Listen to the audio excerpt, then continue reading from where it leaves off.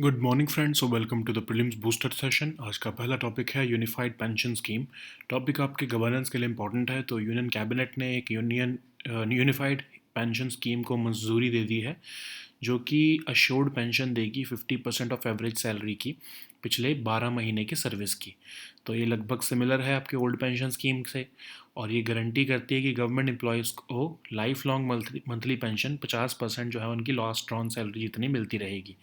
और ये स्कीम जो है वो ऑप्शनल रहेगी एग्जिस्टिंग एम्प्लॉयज़ के लिए अंडर नेशनल जो पेंशन सिस्टम के अंदर जो ऑलरेडी सब्सक्राइब्ड हैं। ठीक है। तो यूनिफाइड पेंशन स्कीम जो है वो एक 21 साल पुराना सिविल सर्विसेज पेंशन रिफॉर्म जो है उसको एक तरह से रिवर्स कर रही है। तो इस 1 अप्रैल 2025 से स्कीम जो है अवेलेबल होगी सभी एम्प्लॉयज़ के लिए जो अपनी 25 साल की सर्विस जो है वो पूरी कर चुके हैं। तो इसमें बेनिफिट्स क्या होंगे? 10,000 रुपये मिनिमम पेंशन होगी, और जिसमें 10 साल की मिनिमम सर्विस होगी, और इन्फ्लेशन लिंक्ड एडजस्टमेंट होगी पेंशन की बार बार। ठीक है। फिर फैमिली पेंशन होगी 60% की, अगर पर्सन जो है वो डिसीज़ड हो जाता है।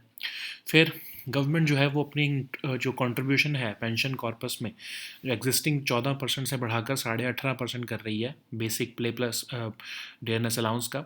ये स्कीम अलाउ करेगी lump sum withdrawal at retirement also, और ये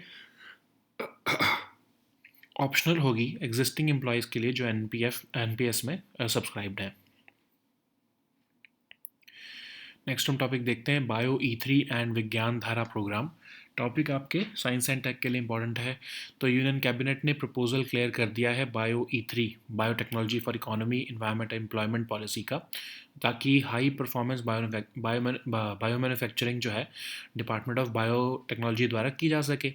और यूनियन कैबिनेट ने ये भी डिसाइड किया है कि 3 अम्ब्रेला स्कीम्स जो हैं वो विज्ञान धारा प्रोग्राम के अंदर मर्ज कर दी जाएंगी। ठीक है। तो बायो ई3 प्रोग्राम है क्या?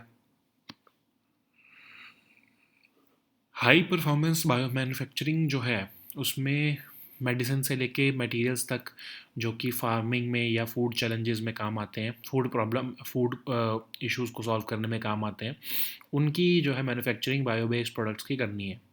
6 स्ट्रेटजिक सेक्टर्स आइडेंटिफाई किए गए हैं: high valued bio based chemicals, biopolymers, enzymes, smart proteins, functional foods, precision biotherapeutics, फिर climate resilient agriculture, carbon capture utilization, marine और स्पेस रिसर्च। तो इसमें होगा क्या कि सपोर्ट किया जाएगा इनोवेशन ड्रिवन आर&डी और एंटरप्रेन्योरशिप को, डेवलप और कमर्शलाइज किया जाएगा उस टेक्नोलॉजी को। फिर गवर्नमेंट के इनिशिएटिव जैसे कि नेट ज़ीरो, उसको भी जो है बल मिलेगा। फिर ग्रीन ग्रोथ को एक्सेलरेट करने के लिए इंडिया को हेल्प की जाएगी, और बायो विजन जो है फॉर विकसित भारत वो भी सेट आउट किया जाएगा। ठीक है। तो क्लाइमेट चेंज मिटिगेशन हो, चाहे फूड सिक्योरिटी हो, ह्यूमन हेल्थ हो, ये सारे जो है क्रिटिकल सोसाइटल इश्यूज़, इनको एड्रेस करेगी ये पॉलिसी। ठीक है। और एक resilient bio manufacturing ecosystem country में बनाने की कोशिश की जाएगी। तो विज्ञान धारा प्रोग्राम क्या है? तो department of science and technology जो है नोडल डिपार्टमेंट है बहुत सारी साइंस एंड टेक्नोलॉजी एक्टिविटीज़ का कंट्री में। तो जो 3 सेंट्रल सेक्टर अम्ब्रेला स्कीम्स चल रही हैं डीएसटी के अंडर, उन सबको मर्ज किया जा रहा है। तो साइंस एंड तो जो science and technology capacity building है उसको प्रमोट करना, रिसर्च इनोवेशन टेक्नोलॉजी को प्रमोट करना, स्ट्रेंथन करना साइंस एंड टेक्नोलॉजी के इंफ्रास्ट्रक्चर को कंट्री में, ये सब इसके प्राइमरी ऑब्जेक्टिव्स हैं। तो इसके जो है एफिशिएंसी जो है फंड यूटिलाइजेशन में एनहेंस होगी इस मर्जर की वजह से, और एक सिंक्रोनाइजेशन जो है वो तीनों स्कीम्स के जो है वो बीच में शुरू हो जाएगी। ठीक है। तो जो आर&डी कंपोनेंट है स्कीम का, वो अनुसंधान नेशनल रिसर्च फाउंडेशन के द्वारा की तरह अलाइन किया जा रहा है। सो नेक्स्ट हम टॉपिक देखते हैं पीएम वानी स्कीम। टॉपिक आपके इकोनॉमी और गवर्नेंस दोनों के लिए इंपॉर्टेंट है। तो ट्राई ने एक draft telecommunication tariff 70th amendment order निकाला है 2024 का, जिसमें कि कुछ चेंजेस प्रपोज किए गए हैं। तो पहले तो हम समझते हैं पीएम वानी स्कीम है क्या।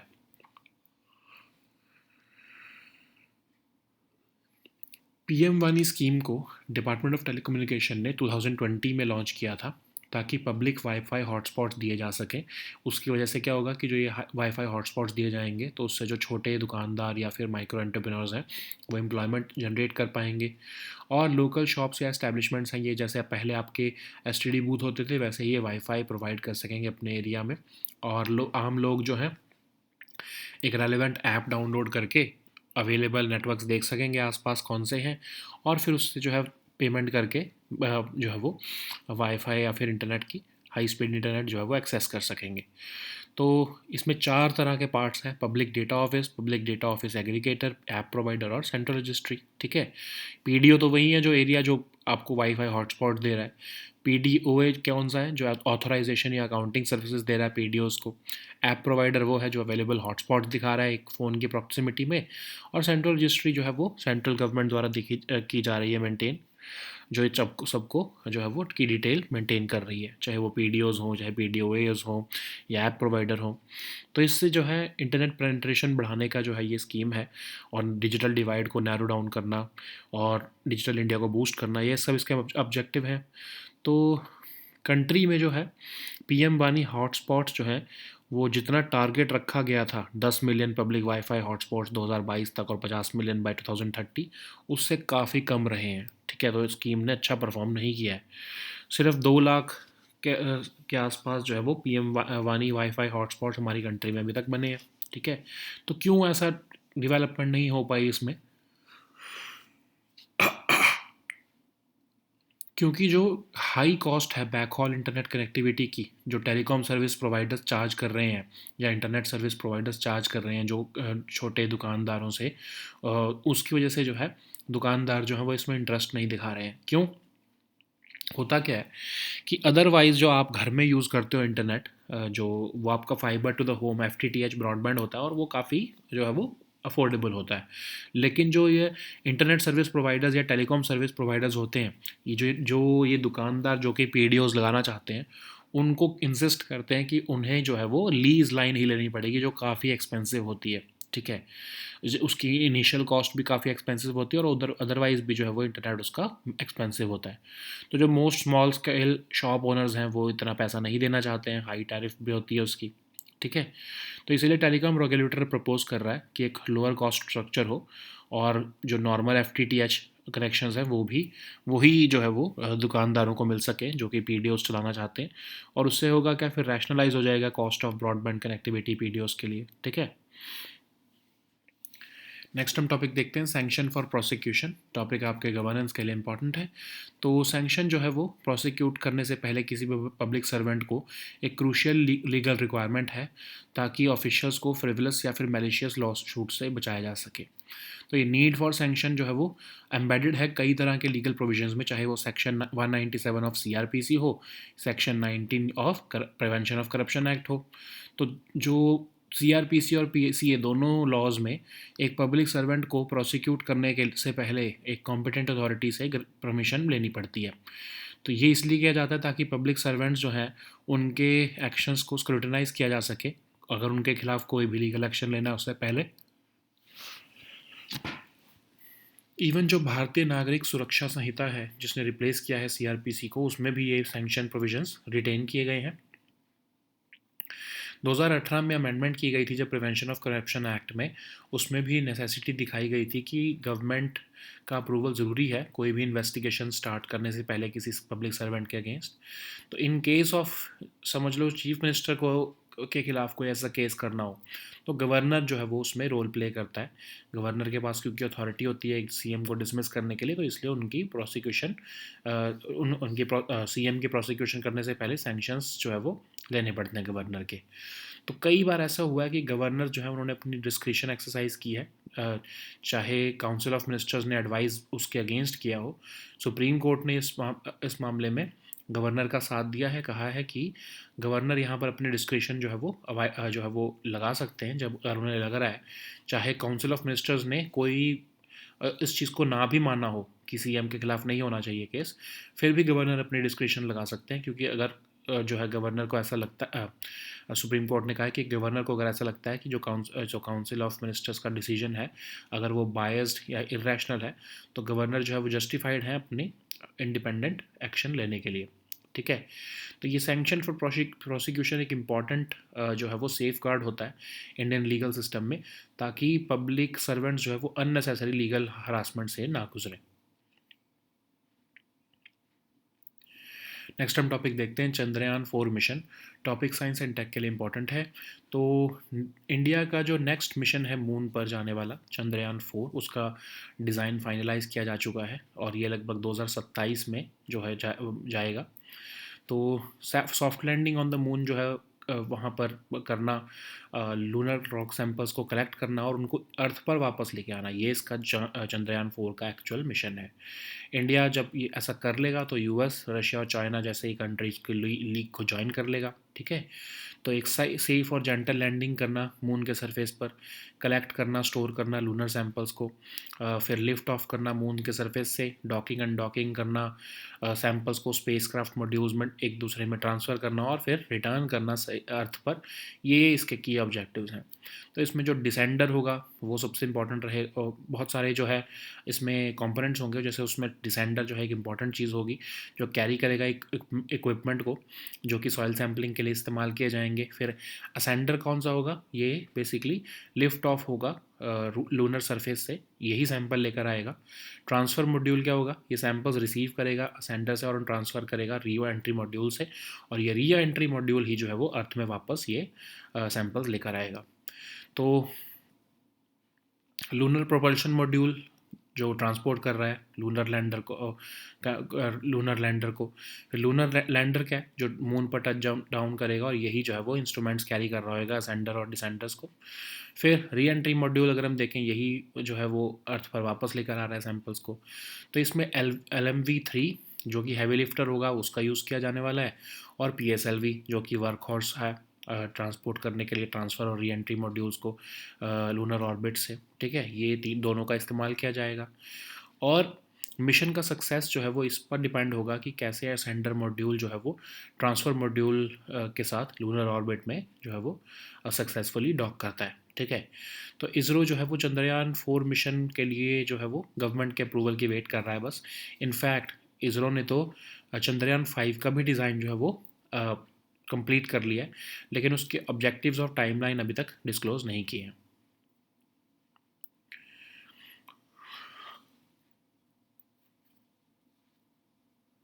नेक्स्ट हम टॉपिक देखते हैं टेनेजर 1 सैटेलाइट। साइंस एंड टेक के लिए इंपॉर्टेंट है टॉपिक। तो नासा ने एक सैटेलाइट निकाली है जो कि ट्रैक करेगी मीथेन एमिशंस को। तो लॉन्च व्हीकल इसका है SpaceX Falcon 9 रॉकेट, और डिटेक्ट करेगी ये मेजर कार्बन डाइऑक्साइड और मीथेन एमिशंस को। तो एडवांस्ड इमेजिंग स्पेक्ट्रोमीटर्स जो है वो नासा के जेट प्रोपल्शन लेबॉर्ट्री द्वारा यूज़ किए जा रहे हैं इसमें, ताकि लाइट वेवलेंथ्स को जो है वो मेजर किया जा सके।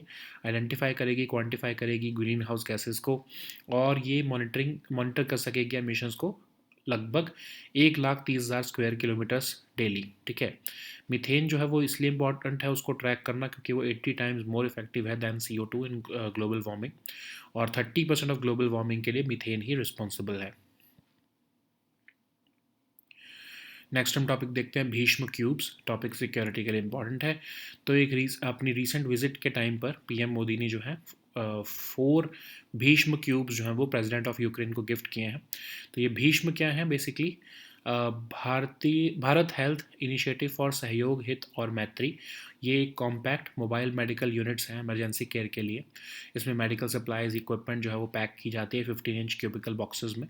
तो ये क्यूब्स जो हैं वो माउंट होते हैं एडजस्टेबल फ्रेमवर्क में, और इसको जो है ट्रांसपोर्ट किया जा सकता है कई मोड्स के थ्रू। तो एक मदर क्यूब में 36 मिनी क्यूब्स होते हैं और 2 मदर क्यूब्स मिलके एक भीष्म क्यूब बनते हैं। तो इसमें मेडिसिन इक्विपमेंट जो है वो रखी जा सकती हैं, जो है वो लगी इसमें क्या कंपोनेंट्स होते हैं, मेडिसिन और इक्विपमेंट, फिर RFID इन्वेंट्री मैनेजमेंट है, रियल टाइम स्टॉक अपडेट्स मिलती हैं। तो ये एक हर भीष्म क्यूब लगभग 200 इमरजेंसी केसेस को हैंडल कर सकता है। इसमें AI और डेटा एनालिटिक्स का इस्तेमाल किया गया है, ठीक है। तो इंडिया का जो आरोग्य मैत्री प्रोजेक्ट है जिसमें कि एसेंशियल मेडिकल सप्लाईज देना डेवलपिंग कंट्रीज़ को, ये उसी का ही पार्ट है, ठीक है। नेक्स्ट हम टॉपिक देखते हैं सोनो बॉयज़। ये टॉपिक आपके सिक्योरिटी के लिए इंपॉर्टेंट है। तो यूएस ने रिसेंटली अप्रूव कर दिया है $52.8 मिलियन की government to government deal anti submarine warfare sonobuoys देने की इंडियन नेवी को के लिए, इंडियन नेवी के रोमियो हेलीकॉप्टर्स के लिए। तो ये sonobuoys basically small expendable devices होते हैं जो कि अंडर वाटर एकूस्टिक्स में इस्तेमाल किए जाते हैं और सोनार सिस्टम्स जो है उसमें इस्तेमाल किया जाता है ताकि डिटेक्ट और एनालाइज कर सके ये साउंड को ओशन के अंदर, ताकि अगर हमें सबमरीन्स को ट्रैक करना है या अंडर वाटर ऑब्जेक्ट्स को ट्रैक करना है तो ये हॉस्टाइल सबमरीन्स को ट्रैक करने के लिए ये इस्तेमाल किए जाते हैं और प्रिसीजन अटैक्स जो है वो एयर लॉन्च्ड टॉर्पीडोज़ द्वारा फिर ये करने में हेल्प करेंगे। ठीक है। तो सबसे पहले इसको सेकेंड वर्ल्ड वॉर के टाइम पर जर्मन यू बोट्स को डिटेक्ट करने के लिए इस्तेमाल किया गया था और इनको जो है वो डायरेक्टली ड्रॉप किया जा सकता है ओशन में, चाहे वो एयरक्राफ्ट हो या फिर शिप्स और सबमरीन्स कहीं से भी, और ये एक प्री डिटर्मिन्ड डेप्थ में जाकर सिंक हो जाते हैं और फिर ये वहाँ से सुनने लगते हैं। ठीक है। मल्टीपल सोनो बॉयज़ जो हैं वो डिप्लॉय किए जाते हैं एक पैटर्न के हिसाब से, ताकि एग्जैक्ट लोकेशन एक टारगेट की जो है वो पता लग सके। तो एक टिपिकल सोनो बॉय जो है वो उसमें सिलेंड्रिकल या स्फेरिकल जो है वो शेप का होता है, सेंसर्स लगे होते हैं, बैटरी होती है, पावर सोर्स होता है, एक रेडियो ट्रांसमीटर भी होता है इन्फॉर्मेशन भेजने के लिए, और इसको साइंटिफिक रिसर्च और एनवायरमेंटल स्टडीज़ के लिए भी यूज़ किया जा सकता है। ज़रूरी नहीं है कि सिर्फ एंटी सबमरीन वॉरफेयर में ही इसको इस्तेमाल किया जाता है। Okay, so now let us see all these topics in English.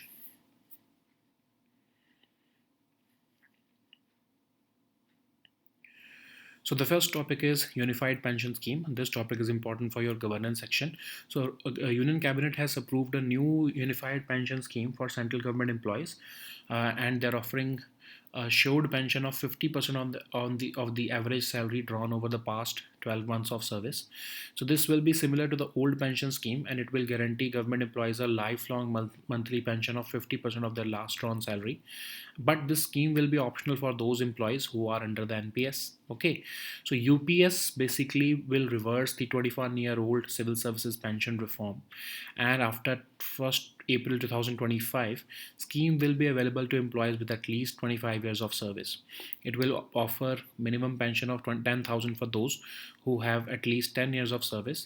It will also give inflation linked adjustments and a family pension of 60% in case of the demise of the employee. Okay, so the government will increase its contribution to the pension corpus from 14% to 18.5% of the basic pay and dearness allowance, and employee contribution will remain at 10%.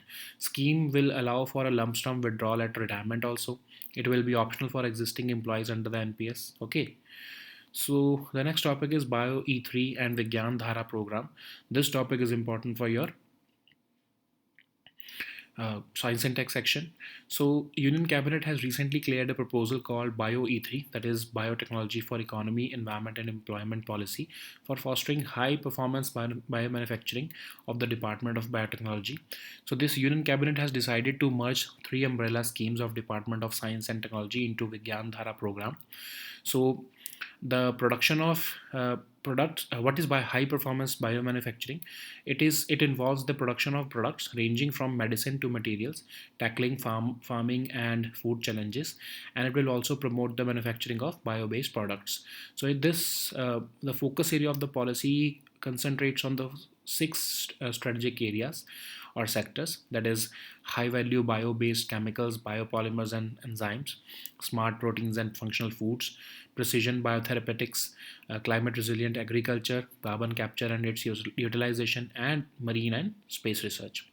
So Bio E3 policy will support innovation driven R&D and entrepreneurship. It will expedite the development and commercialization of technology. It will also enhance government's initiatives like net zero. It will also accelerate green growth and encourage circular bioeconomy. It will nurture and set out the bio vision for Fixit Bharat.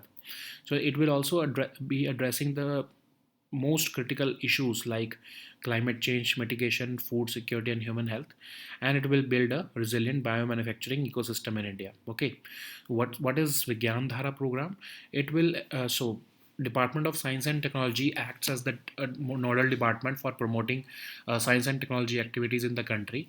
So currently they are running three central sector schemes or central sector umbrella schemes, and the aim is to promote science and technology capacity building as well as research, innovation and technology through this Vigyan Dhara merger scheme or mega scheme. It will also strengthen the science and technology infrastructure of the country. So what is the significance of this merger? It will enhance efficiency in fund utilization, and it will establish synchronization among the sub schemes or programs. So the R&D component of the scheme will be aligned in line with the Anusandhan National Research Foundation. So the next topic is PM Vani scheme. So TRAI has this topic is important for your governance and economy section. So TRAI has raised a draft telecommunication tariff order 2024, and PM Vani scheme is basically Prime Minister's Wi-Fi access network interface, and it was launched by the Department of Telecommunication in 2020. So it will enhance the proliferation of public Wi-Fi hotspots in the country, and it will also increase the employment for small and micro entrepreneurs who will be hosting these hotspots, and it will also encourage local shops and establishments to provide Wi-Fi for last mile connectivity. Okay, so how one can access these Wi-Fi? So basically one needs to download a relevant app which shows the available networks, and they can then the user can then choose from a list of available connections and make payment to access the network. Okay, so this ecosystem consists of public data office aggregator, app provider and central registry. PDO is basically the local shop or retailer who is hosting these Wi-Fi hotspots and earning through it, like any STD booth which we saw in earlier decades. So PDOA will be the authorization and accounting services provider to the PDOs. App provider will display the available hotspots in the phone's proximity, and there will be a central registry which will be combining all the previous three uh, elements or parts of the PM1 ecosystem. So the benefits of PM1 include enhanced internet penetration and narrowing the digital divide and helping boost digital India. So this PM Vani hotspot scheme had the vision of uh, 10 million public Wi-Fi hotspots by 2022 and 50 million by 2030, but the uh, actual numbers are much below the targeted numbers. So why the scheme has performed poor? Because of extremely high cost of backhaul internet connectivity charged by the internet service providers or telecom service providers from these public data offices.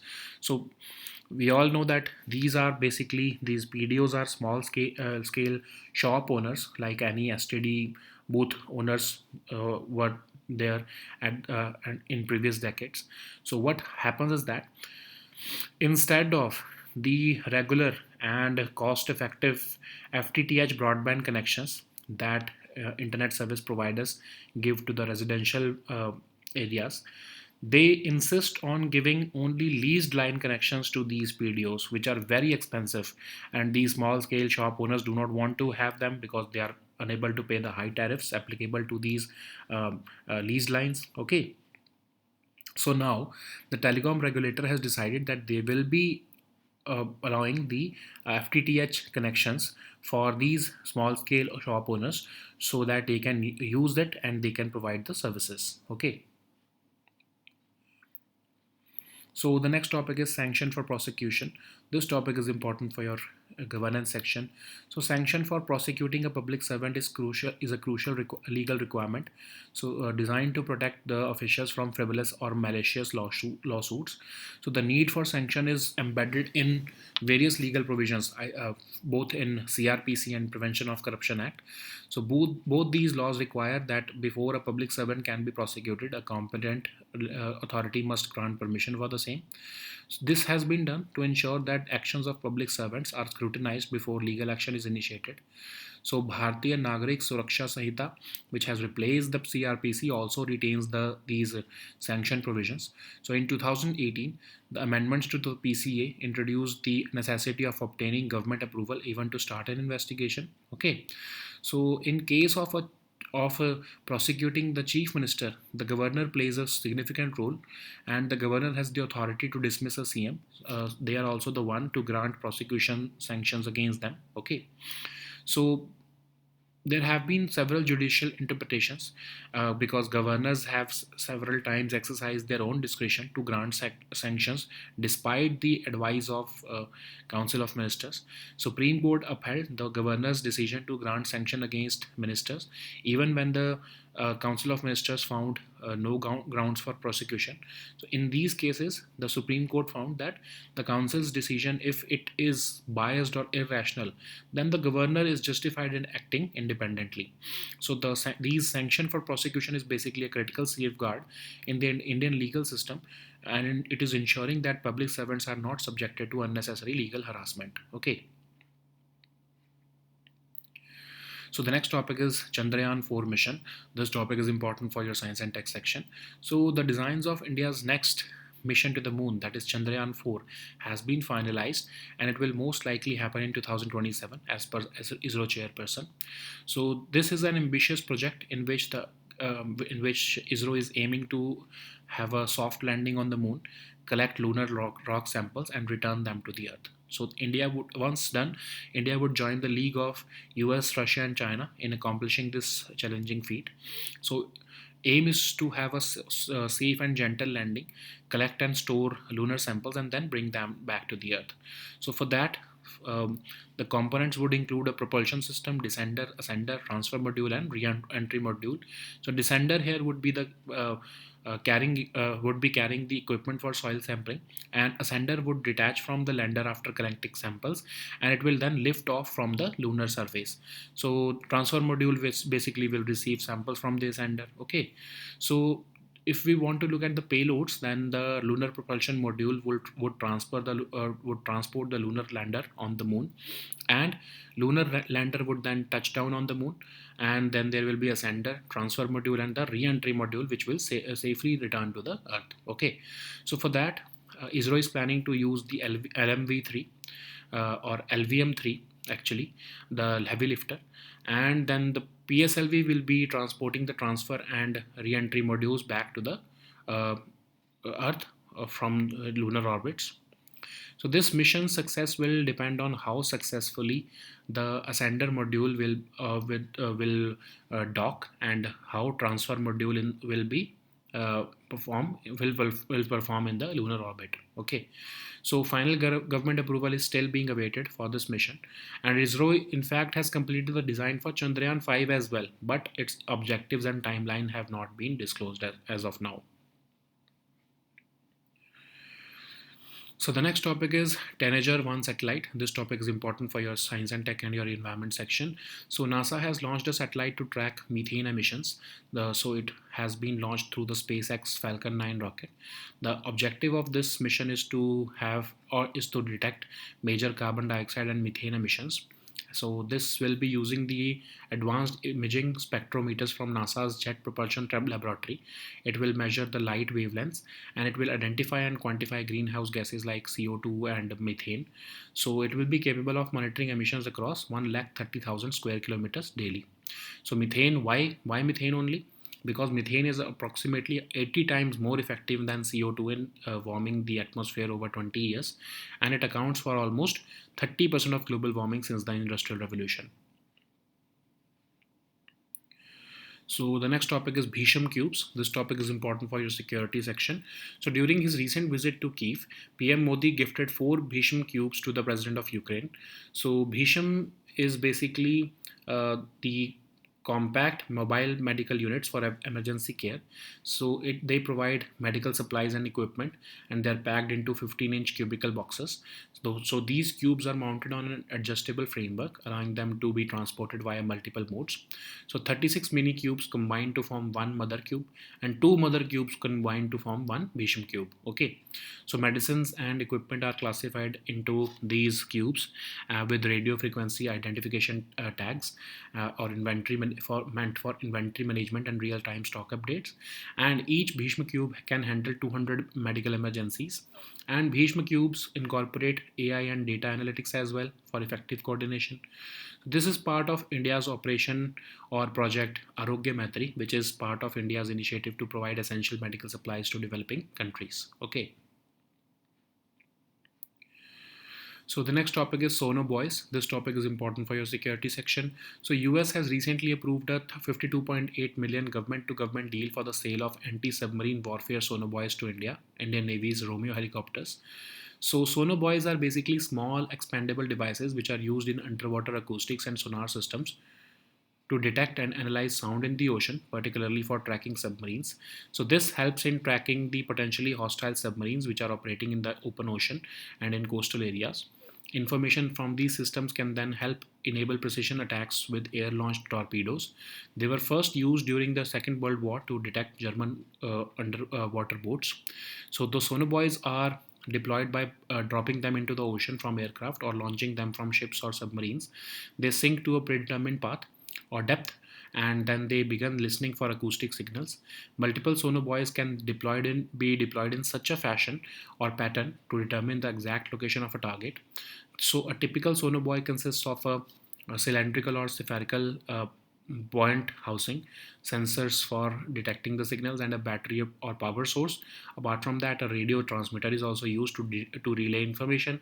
Apart from anti-submarine warfare, they are also used for scientific research and environmental studies. Okay, so these were our topics for today. We'll meet next time with new topics. Until then, goodbye and take care.